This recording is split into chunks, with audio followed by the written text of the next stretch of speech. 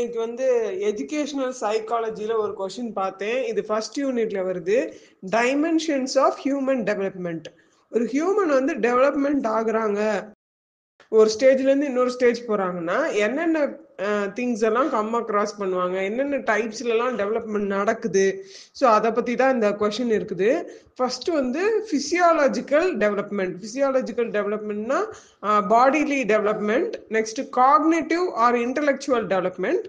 Third வந்து emotional development. Fourth வந்து social development.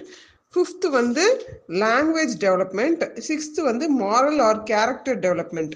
So இந்த டெவலப்மெண்ட்ஸை பற்றி தான் வந்து நம்மளுக்கு வந்து டீட்டெயில்டாக கொடுத்துருக்காங்க. So infancy, childhood, adolescence, adulthood இப்படின்னு ஒரு ஸ்டேஜஸ் இருக்குது நம்ம ஹியூமன் லைஃப்ல. இந்த ஸ்டேஜஸ்ல ஒவ்வொரு இடத்துலையும் ஒவ்வொரு டெவலப்மெண்ட் வந்து நம்ம பார்க்க முடியும்.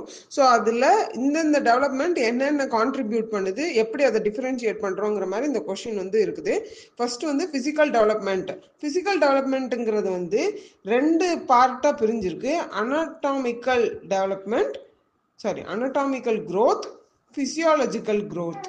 இந்த அனடாமிக்கல் growthன்னு வந்து எதை சொல்றாங்க அப்படின்னா, நம்மளுக்கு வந்து heart, brain, kidney, intestine, stomach அதெல்லாம் வந்து ப்ராப்பரா ஃபங்க்ஷன் ஆகி நம்மளோட ஹைட்டு, வெயிட்டு, ஸ்கெலிட்டன், போன்ஸ் எல்லாமே வந்து கரெக்டா இருக்குது அப்படின்னா, ஓகே இந்த வெயிட்ல தான் இருக்கணும், இந்த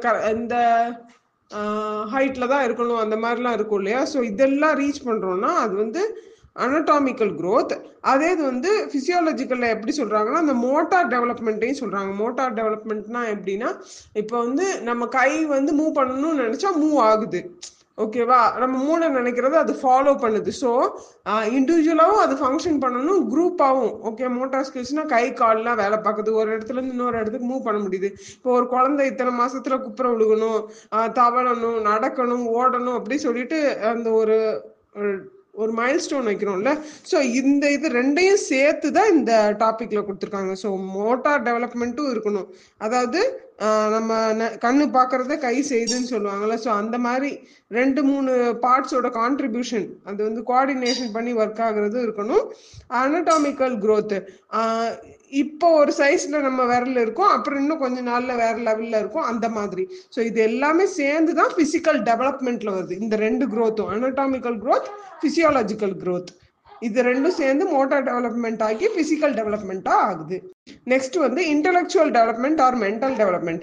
இந்த இன்டெலெக்சுவல் டெவலப்மெண்ட்னா ஒரு இண்டிவிஜுவல்குள்ளேயும் ஒரு தாட் ப்ராசஸ் இருக்கும். Thinking and reasoning, imagination, concentration, creativity, sensation, perception, memory, association, discrimination, generalisation. நம்ம ஒரு விஷயத்த பார்க்குறோம், அதை பற்றி யோசிக்கிறோம், அதுக்கு லாஜிக்கல் ரீசன்ஸ் கொண்டு வர்றோம், அதை பற்றி இமேஜின் பண்ணுறோம்.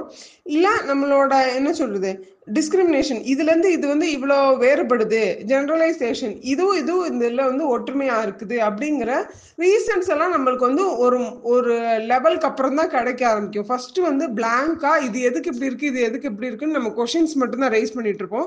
ஸோ நம்மளுக்கு வந்து ஆன்சர்ஸை ப்ரொவைட் பண்ணதுக்கப்புறம் நம்மளே எப்போ யோசிக்க ஆரம்பிக்கிறோமோ அப்போதான் இந்த இன்டெலெக்சுவல் ஆர் மென்டல் டெவலப்மெண்ட் வந்து ரெடி ஆகுது. ஓகேவா. ஃபர்ஸ்ட் வந்து நமக்கு ஸ்பூன் ஃபீட் மாதிரி ஜஸ்ட் இன்புட்ஸ் மட்டும்தான் வந்துட்டு இருக்கும். லாஜிக்கல் பார்ட் வந்து லேட்டரா தான், அந்த ப்ராசஸிங் நம்ம சொல்லுவோம்ல கம்ப்யூட்டர்ல, அது மாதிரி இன்புட்ஸ் வந்ததுக்கு அப்புறம் தான் அந்த ப்ராசஸிங் பார்ட் வந்து டெவலப் ஆக ஆரம்பிக்குது. நெக்ஸ்ட் வந்து தேர்ட் வந்து இமோஷனல் டெவலப்மெண்ட். இந்த இமோஷனல் டெவலப்மெண்ட் வந்து எப்படின்னா, disgust, jealousy, affection, anxiety, sympathy, distress, love, wonder, awe, இந்த மாதிரி எல்லா ஃபீலிங்ஸையும் நம்ம வேர்ட்ஸ் மூலமா எக்ஸ்பிரஸ் பண்ண தெரியுதா அப்படிங்கிறதும், நெக்ஸ்ட் நம்ம எக்ஸ்பிரஷன்ஸை, நம்ம இமோஷன்ஸை கண்ட்ரோல் பண்ண தெரியுதாங்கிறதும். இப்போ வந்து ஒரு குழந்தை அழுகுதுன்னா அது பசிக்கு அழுகுதா தூக்கத்துக்கு அழுகுதான்னு தெரியாது, ஓகேவா. ஸோ இது வந்து எக்ஸ்பிரஸ் பண்ணுது, ஆனால் வேர்ட்லேயே எக்ஸ்பிரஸ் பண்ணலை, ஓகேவா. அடுத்து வந்து கண்ட்ரோல் பண்றது. இப்போ இமோஷன்ஸை கண்ட்ரோல் பண்ண, நம்ம பசிக்குதுன்னா நம்ம கொஞ்சம் அடக்கிக்கிறோம், நம்மளுக்கு பசிக்குது, நம்மளோட ஃபீலிங்ஸ் வந்து நம்ம புரிஞ்சு. ஆனால் அவங்களுக்கு வந்து அதை கண்ட்ரோல் பண்ண தெரியாது. ஸோ அவங்க வந்து ஸ்டார்டிங் ஸ்டேஜில் இருக்காங்க, நம்ம வந்து ஒரு என்ன சொல்ற அடல்ட்ஹுட்டுக்கு வந்துட்டோம், அதனாலதான் நம்மளால எமோஷன்ஸை வந்து கண்ட்ரோல் பண்ண முடியுது. Next moral or character development. இந்த கேரக்டர் டெவலப்மெண்ட் வந்து to discriminate right and wrong things. இப்போ நம்மளுக்கு நிறைய கொடுத்துருக்காங்க, எது கரெக்ட் எது தப்புன்னு நம்மளால கண்டுபிடிக்க முடியுதுன்னா அதான் மாரல் ஆர் கேரக்டர் டெவலப்மெண்ட். இது வந்து நம்மளுக்கு வந்து வேல்யூஸ் மூலமா தான் நம்மளுக்கு தெரிய ஆரம்பிக்கும், இதுதான் கரெக்ட் இதுதான் தப்பு அப்படின்னு சொல்லிட்டு. சோஷியல் டெவலப்மெண்ட்டும் மாரல் டெவலப்மெண்ட்டும் ரெண்டும் வந்து ஒரு இன்டர் கனெக்டட் கான்செப்ட்னு சொல்றாங்க. சோஷியல் டெவலப்மெண்ட் நம்ம மற்றவங்க கூட பழகுறது, பேசுறது, இந்த சொசைட்டியோட ரூல்ஸ் அண்ட் நார்ம்ஸை ஃபாலோ பண்றது, எல்லா ஃபங்க்ஷன்லையும் கேதரிங்ஸ்லையும் வந்து கலந்துக்கிறது, இதெல்லாம் தான் சோஷியல் டெவலப்மெண்ட். இந்த சோஷியல் டெவலப்மெண்ட்டுக்கும் இந்த மாரல் ஆர் கேரக்டர் டெவலப்மெண்ட்டுக்கும் ரொம்ப என்ன சொல்லி இன்டர் கனெக்ஷன் இருக்குன்னு சொல்றாங்க. ஏன்னா எது கரெக்ட் எது தப்புனே ஒரு சொசைட்டி கூட கலந்து இருக்கும் போதுல தான் நம்மளுக்கு தெரியும், இண்டிவிஜுவலா இருக்கும் போது தெரியாது. நெக்ஸ்ட் வந்து லாங்குவேஜ் டெவலப்மெண்ட். லாங்குவேஜ் டெவலப்மெண்ட்னா என்ன அப்படின்னா, ஒரு குழந்தை வந்து பேச ஆரம்பிக்கிறதுக்கு முன்னாடியே வந்து அவங்க வந்து ஒரு நிறைய ஆடிபிள் சவுண்ட்ஸும் கெஷர்ஸும் கொடுக்குறாங்க. அது எதுக்காக அப்படின்னா, அவங்களுக்கு வசிக்குது, தூக்கம் வருது, ஸ்மைல் பண்றது, தலையாட்டுறது, இதெல்லாம் வந்து அவங்களோட ஃபீலிங்ஸை வந்து சொல்றதுக்கு தான்.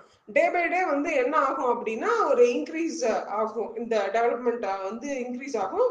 மவுத் டங்கோட கோஆர்டினேஷனோட அவங்க வந்து வேர்ட்ஸ் எல்லாம் பேச ஆரம்பிப்பாங்க. கிட்டத்தட்ட 1.5 வயசு கிட்டக்க இங்க வந்து 10 to 12 வேர்ட்ஸ் கொடுத்துருக்காங்க. நெக்ஸ்ட் வந்து வொக்காபுலரி வந்து வேகமா இன்க்ரீஸ் ஆகுது.